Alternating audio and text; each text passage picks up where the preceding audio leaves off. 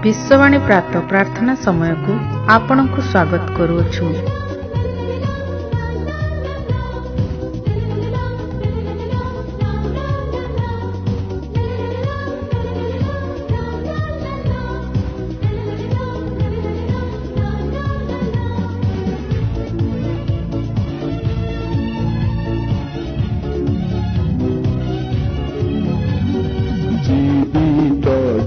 जीवित मो अंतरे जीशु जीवित संकटरे सदा सहाय जीशु सदा जीवित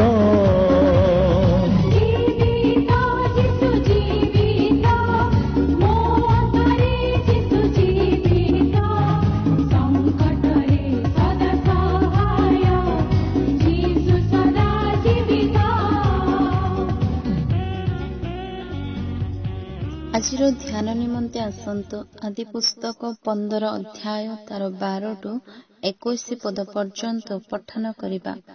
पुणी सूर्यास्त समय अब्राम अति निद्रित होई घर अंधकार रे भयग्रस्त हेले। सेतेबेले से अब्राम को कहिले, तुम्भर संतानगण 400 वर्ष अन्य देशरे प्रवासी होई दास्य कर्म करी क्लेश भोग करिबे, यह निश्चित जानिब। मात्र सेमाने जो देशीय लोकमानंकर दास्य कर्म करिबे, आम्भे सेमानंकर विचार करिबा। तही उत्तारे सेमाने बहुत धन घेनी सेही देशरू बाहर हेबे।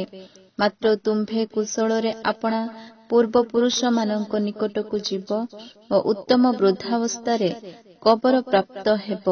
पुणी तुम्भ वंशर चतुर्थ पुरुष एही देशकु बाहुड़ी आसिबे, जेहेतु इमरिय लोकमानंकर पाप एपर्यंत संपूर्ण होई नाही। आउ जो सूर्य हस्तगत ओ अंधकार हेला, देख सदुम चुली ओ प्रज्वलित दिहुड़ी सेही 2 खंड श्रेणीर मध्य दे चलीगला। पुणी सेही दिन सदाप्रभु अब्रामको सहित नियम स्थिर करी कहिले, आम्भे एई मिसरीय नदी ठारू फरात नामक महानदी पर्यंत एही देश तुम्भ वंशकु देलु, अर्थात केन्य मानंकर ओ कनजीय मानंकर ओ कदमनीय मानंकर ओ हित्य मानंकर ओ पेरिजीय मानंकर ओ रफापीय मानंकर ओ इमरिय मानंकर ओ किणान्य मानंकर ओ गिर्गासीय मानंकर ओ जिबुसीय मानंकर देश देलु। एही पठित वाक्य रे प्रभु हम समस्तंकु आशीर्वाद करंतु। तांको आज्ञारे सागर विभक्त हेला, जिरिह प्राचीर भग्न हेला। तांको आज्ञारे अंध दृष्टि पाइला, तांको परसरे दृष्टि सूची होइला।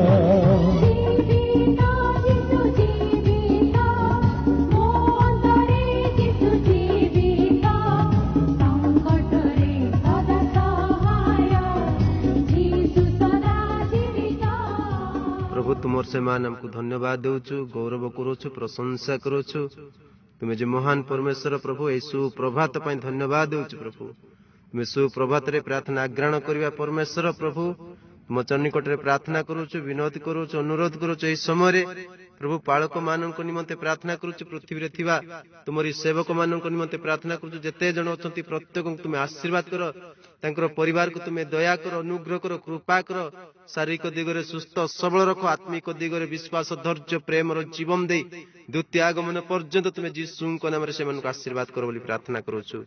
एई समय निवेदन करूछु बापा, तुम चन्निकट रे विनती करूछु। प्रिय प्रभु तुम्हें जे महान परमेश्वर अनाथ ना को नाथ करिवा परमेश्वर प्रभु एई समय विनती करूछु। अनाथ विधवा अनाहार रे थिबा पृथ्वी रे जेते जण लोक माने अछंती, अनाथ लोक माने, विधवा लोक माने, प्रभुजी अनाहार रे लोक माने अछंती, से प्रत्येक को तुम शांति दियो, प्रत्येक को तुम आशीर्वाद कर, प्रत्येक को तुम दया कर, अनुग्रह कर। से माने प्रभु जेपरि तुमको न जानिले मध्य प्रभु से माने को तुम जानियछ, से माने को हृदय तुम कार्य कर। जेपरि दिने से माने को जानिबे प्रभु, सेपरि से विधवा मानक तुम साहब, तुम ही से माने स्वामी होई प्रभु से माने को ପ୍ରେମ, ଶାନ୍ତି, ଆନନ୍ଦ, ଦୀର୍ଘସ୍ନୁତା, ପରୋପକାରିତା, ଭଦ୍ରତା, ମୃଦୁତା, ପୁଣି ଆତ୍ମା ସଂଯମ ଦେଇ ଦ୍ୱିତୀୟାଗମନ ପର୍ଯ୍ୟନ୍ତ ତୁମର ପାଇଁ ବ୍ୟବହାର କର। ପୁଣି ପ୍ରାର୍ଥନା କରୁଛୁ ଯେଉଁମାନେ ମେଡିକାଲରେ ଅଛନ୍ତି, ପ୍ରଭୁ ତାଙ୍କର ଶଯ୍ୟାକୁ ତୁମେ ପରିବର୍ତ୍ତନ କରିବା ପରମେଶ୍ୱର। ଆଜି ଯେଉଁମାନଙ୍କର ଗଣ୍ଠି ବତା, ପ୍ରଭୁ ଯେଉଁମାନଙ୍କର ଡାଇବେଟିସ୍, ଯେଉଁମାନଙ୍କର ପାରାଲିସ୍, ଯେଉଁମାନଙ୍କର ପ୍ରଭୁ ଅଣ୍ଟା ବଥା, ଯେଉଁମାନଙ୍କର ଗୁଡ଼ ଫୁଲି ଯାଇଛି, ଯେଉଁମାନଙ୍କର ଲିଭର କ୍ୟାନ୍ସର ହେଇଯାଇଛି, ଯେଉଁମାନେ ପ୍ରଭୁ ଅନାହାରରେ ଅଛନ୍ତି, ପ୍ରଭୁ ସେ ପ୍ରତ୍ୟେକଙ୍କୁ ତୁମେ ଯୀଶୁଙ୍କ ନାମରେ ସୁସ୍ଥତା ଦିଅ।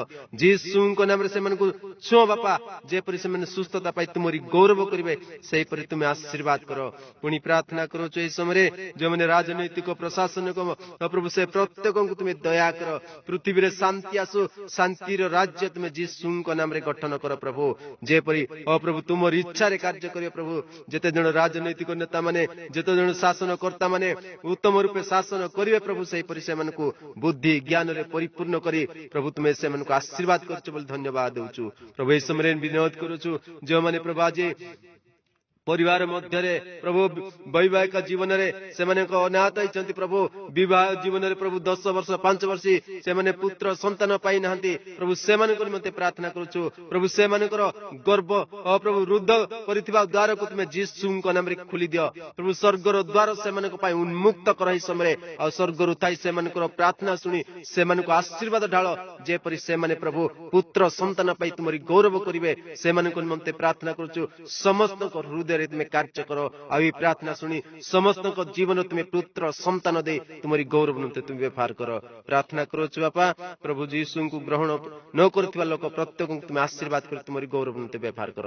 ଏ ସମସ୍ତ ପ୍ରାର୍ଥନା ନିବେଦନକୁ ତୁମର ସେ ମହାପବିତ୍ର ଚରଣରେ ସମର୍ପଣ କରି ପ୍ରାର୍ଥନା ଯୀଶୁଙ୍କ ନାମରେ ମାଗୁଅଛି, ଆମେନ୍।